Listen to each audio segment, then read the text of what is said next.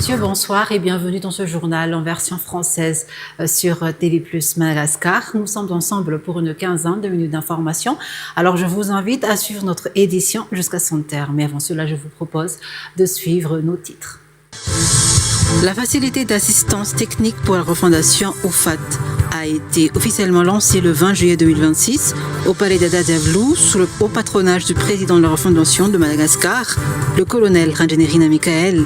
Ce nouveau programme stratégique, avec l'appui du programme des Nations Unies pour le développement, vise à redonner de la vigueur aux institutions de l'État en améliorant concrètement la rapidité et la qualité des services publics. De nombreux défis sont rencontrés par les PME en matière d'accès au financement à Madagascar. Un programme a donc été conçu pour contribuer à la transformation économique du pays en favorisant l'émergence de PME plus compétitives, créatrices d'emplois, capables d'innover, de lever des financements et de s'insérer durablement dans les chaînes de valeur nationales et internationales à travers le financement de la Banque mondiale. Après plusieurs semaines de blocage administratif, les 6 internationaux malagasy de pétanque ont finalement obtenu leur visa et se sont envolés pour la France afin de participer au circuit estival, a annoncé la FSBM ou Fédération Sport Boule Malagasy. Dès ce week-end, ils enchaîneront les compétitions hebdomadaires jusqu'à leur retour à Madagascar prévu en septembre. Et en Europe, en France, 2 sapeurs-pompiers sont morts en luttant contre un incendie. Ils se trouvaient à bord d'un camion-citerne qui s'est retrouvé piégé par les flammes. La facilité d'assistance technique pour la refondation OFAT a été officiellement lancée le 20 juillet 2026 au palais d'Adadiavlou sous le haut patronage du président de la refondation de la République de Madagascar, le colonel Randjenerina Michael. Ce nouveau programme stratégique, avec l'appui du programme des Nations Unies pour le développement, vise à redonner de la vigueur aux institutions de l'État en améliorant concrètement la rapidité et la qualité des services publics, notamment grâce aux technologies numériques. Se voulant un outil souple et pragmatique, la FAT répondra aux besoins réels exprimés par les ministères et les organismes publics afin de lever les blocages qui freinent le fonctionnement de l'administration au quotidien. Ce nouveau programme stratégique s'étalera de janvier 2026 à décembre 2030. Zaka Ndjemairi.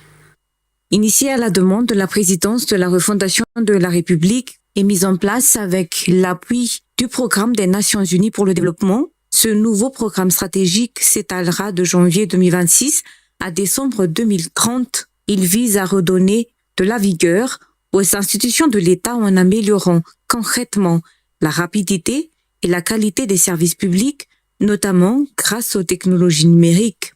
La FAT se veut un outil souple et pragmatique. Elle répondra aux besoins réels exprimés par les ministères et les organismes publics afin de lever les blocages qui freinent le fonctionnement de l'administration. S'inscrivant pleinement dans la vision de la refondation de la République, ces initiatives traduisent la volonté de bâtir une administration publique plus efficace, plus agile, plus responsable et surtout plus proche des attentes des citoyens malagasy, a déclaré le président de la refondation de la République de Madagascar, le colonel Randjenerina Michael. De son côté, le coordonnateur résident du système des Nations Unies à Madagascar, Antonio Gororano, a souligné que ce dispositif s'inspire d'expériences historiques de modernisation administrative menées avec succès à travers le monde. Il a rappelé que l'action publique doit changer concrètement le quotidien des usagers, car le développement et la confiance citoyenne se construisent lorsque les réformes s'attaquent directement au blocage réel et simplifient les procédures. Afin d'assurer l'efficacité de cette démarche, dès son démarrage, un vaste programme de formation intensive a été mené de concert avec les institutions nationales de formation, notamment l'ENAM, l'École nationale d'administration de Madagascar, l'IMATEP, l'Institut malagasy des techniques de planification et l'INDD, l'Institut national de la décentralisation et du développement local. La dynamique de modernisation entre désormais dans une phase opérationnelle, capitalisant sur leur diagnostic interne. Les institutions partenaires ont jusqu'à la fin du mois de juillet 2026 pour soumettre leurs propositions de projets d'assistance technique directement via une plateforme digitale dédiée entièrement en ligne. Ces propositions de projets sont en cours de déposition auprès du comité de pilotage de la FAT, officiellement installé le 24 juin dernier. Toutes les requêtes formulées par les entités publiques seront rigoureusement examinées et traitées par le comité avant de faire l'objet d'une mise en œuvre concrète sur le terrain, garantissant ainsi l'alignement des financements sur les priorités réelles de l'administration et des usagers. L'approche de la FAT repose sur des principes clés garantissant une assistance technique concrète directement liée aux besoins exprimés par les administrations. Les interventions, d'une durée de 3 à 9 mois, feront l'objet d'un suivi et d'une évaluation rigoureuse via un tableau de bord à la présidence de la refondation de la République pour s'assurer du caractère durable des réformes. À travers son appui technique à cette initiative aux côtés de la présidence de la refondation de la République, le PNUD, au nom du système des Nations Unies, réaffirme son engagement à soutenir Madagascar dans la construction d'institutions plus efficaces, plus transparentes et plus résilientes, conformément à l'ODD 16 relatif à la paix, la justice et des institutions efficaces, et participe plus largement à l'accélération des progrès vers l'ensemble des objectifs de développement durable. Et je vous disais en titre, de nombreux défis sont rencontrés par les PME en matière d'accès au financement à Madagascar. Un programme a donc été conçu pour contribuer à la transformation économique du pays en favorisant l'émergence de PME plus compétitives, créatrices d'emplois, capables d'innover, de lever des financements et de s'insérer durablement dans les chaînes de valeur nationales et internationales à travers le financement de la Banque mondiale. Mamtina Jemroul, Omega Nefta.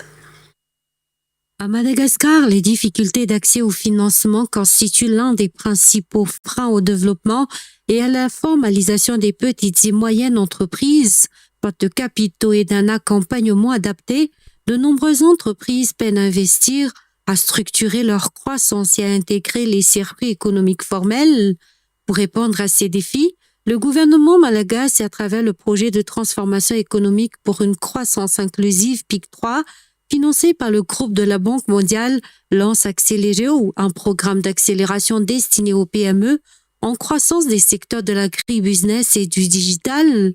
Le programme cible notamment les filières de cacao, de la vanille, du café, du girofle, des huiles essentielles, du moringa, de l'anarcade, des fruits, des grains secs, de la bérose, de l'apiculture et du cactus, ainsi que les entreprises développant des solutions numériques innovantes dans 2 domaines tels que l'éducation, la santé, l'agriculture, la finance ou encore le tourisme. Les entreprises sélectionnées bénéficieront pendant une durée maximale de 12 mois d'un accompagnement stratégique visant à renforcer leur compétitivité et à faciliter leur accès au financement et aux investisseurs, ainsi que d'une subvention pouvant atteindre $50,000 selon les résultats obtenus. Selon les précisions, le programme est déployé dans les régions de Diana, Tanalanzrouf, Tatsnanan, de Vatovav, de Fitvnan, d'Atsimandefana d'Analamang, d'Atsimwatsnanan et d'Anos. Les candidatures sont ouvertes du 20 juillet au 1er septembre 2026, selon les précisions.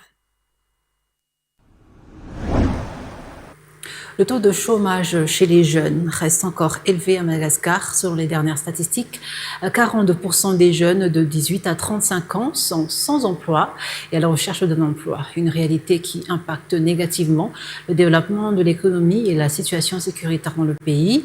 Pour améliorer la situation, l'association Anjimas, avec l'appui financier de l'Organisation internationale de la francophonie, encourage la création d'emplois via la formation professionnelle des jeunes dans plusieurs fonctions de la capitale. Omega Nefzon. Le taux de création d'entreprises à Madagascar a légèrement augmenté. D'après les dernières statistiques, ce taux a enregistré une hausse de 2,3% en 2024. Ainsi, 1529 entreprises ont été créées avec l'accompagnement de l'IDBM cette année-là. Mais malgré cette amélioration, le taux de chômage chez les jeunes reste encore élevé. En effet, 42% des jeunes de 18 à 35 ans sont sans emploi et à la recherche d'un emploi actuellement. Or, un taux de chômage élevé a un impact négatif sur le développement économique et sur la situation sécuritaire dans le pays. La capitale, dont la population est la plus nombreuse parmi toutes les villes du pays, affiche également le plus fort taux de chômage chez les jeunes. Pour améliorer la situation, l'association Anjmas renforce la création d'emplois par le biais de formations professionnelles pour les jeunes au chômage ou à la recherche d'emploi. Plusieurs Foukontans des arrondissements de la capitale seront les bénéficiaires de ce projet de formation et de création d'emplois. Les modules de formation seront choisis en fonction des besoins des jeunes de chaque arrondissement. Dans l'optique d'identifier ces besoins, une rencontre d'évaluation a été organisée ce jour dans le 2e arrondissement de la capitale. Après plusieurs semaines de blocage administratif, les 6 internationaux malagasy de pétanque ont finalement obtenu leur visa et se sont envolés pour la France afin de participer au circuit estival, a annoncé la FSBM ou Fédération Sport Boule Malagasy. Dès ce week-end, ils enchaîneront les compétitions hebdomadaires jusqu'à leur retour à Madagascar, prévu en septembre. Reportage. Le feuilleton des visas connaît enfin son épilogue. Après plusieurs semaines d'incertitude, les 6 internationaux malagasy de pétanque ont quitté Madagascar cette semaine à destination de la France, où ils prendront part au circuit estival. Une issue favorable annoncée par la FSBM, la Fédération Sport Boule Malagasy, qui permet à la sélection nationale de renouer avec la compétition internationale. Les joueurs Farala, Urbain Ramanantiarey, Louvra Koutoirsou, Tina Lawrence, Tonnerre, Razana Jakut, Tafita Ongeluangemange, Steph James Bondi, Rakut Nirin et Jean-Michel Ratout Zanahar représenteront Madagascar dans plusieurs compétitions organisées en France. Parmi les membres de la délégation figurent également un entraîneur et le directeur technique national. Les joueurs entreront en compétition dès ce week-end avant d'enchaîner un tournoi chaque semaine jusqu'à leur retour prévu en septembre, a indiqué Adrien Julio-Édouard, président de la FSBM. Cette tournée constitue une opportunité importante pour les boulistes malagasy de retrouver le haut niveau et de renforcer leur préparation face à une opposition particulièrement relevée. Ce départ met un terme à un contretemps administratif qui avait lourdement pénalisé la sélection, initialement attendue au mondial, la Marseillaise à pétanque, disputée en début du mois de juillet. L'équipe malagasy avait été contrainte de déclarer forfait faute d'avoir obtenu des visas dans les détails. Déterminée à débloquer la situation, la FSBM a poursuivi les démarches en étroite collaboration avec le ministère de la Jeunesse et des Sports ainsi que le ministère des Affaires étrangères. Les négociations engagées auprès des autorités compétentes ont finalement abouti à la délivrance des visas, permettant aux représentants malagasy de rejoindre la France et de sauver une grande partie de leur saison internationale. Et de l'actualité internationale, en Europe, en France, 2 sapeurs-pompiers sont morts en luttant contre un incendie se trouvait à bord d'un camion-citerne qui s'est retrouvé piégé par les flammes. Reportage de France 24.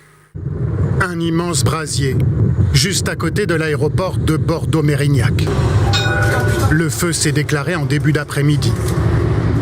Il s'est propagé à une vitesse folle. Oh, le ressenti! Oh, mais c'est un truc de malade! La puissance des flammes et l'immense nuage de fumée visible à des centaines de mètres à la ronde, qui accompagne également les voyageurs à leur descente de l'avion. À 14h10, l'alerte est donnée, les pompiers de Saint-Médard-en-Jalles arrivent parmi les premiers. Un de leurs camions se retrouve piégé, entouré par les flammes. 2 pompiers professionnels meurent. Il semblerait qu'effectivement c'était pendant les premières minutes de la phase d'attaque, puisqu'il s'agit des premières unités qui sont arrivées sur les lieux. Vous imaginez des plaintes de 15 mètres, et donc vous avez des flammes qui vont en fait être propagées et monter à plus de 20 mètres ou 30 mètres. Donc ce sont des feux avec une très très forte intensité. L'incendie est parti d'un bois situé en lisière de cette zone industrielle, juste à côté du parking numéro 4 de l'aéroport de Bordeaux-Mérignac. La végétation très sèche s'est embrasée. Les personnes qui se trouvaient à proximité de l'incendie ne sont pas près d'oublier cette journée. Je suis sorti, après j'ai vu de la fumée noire.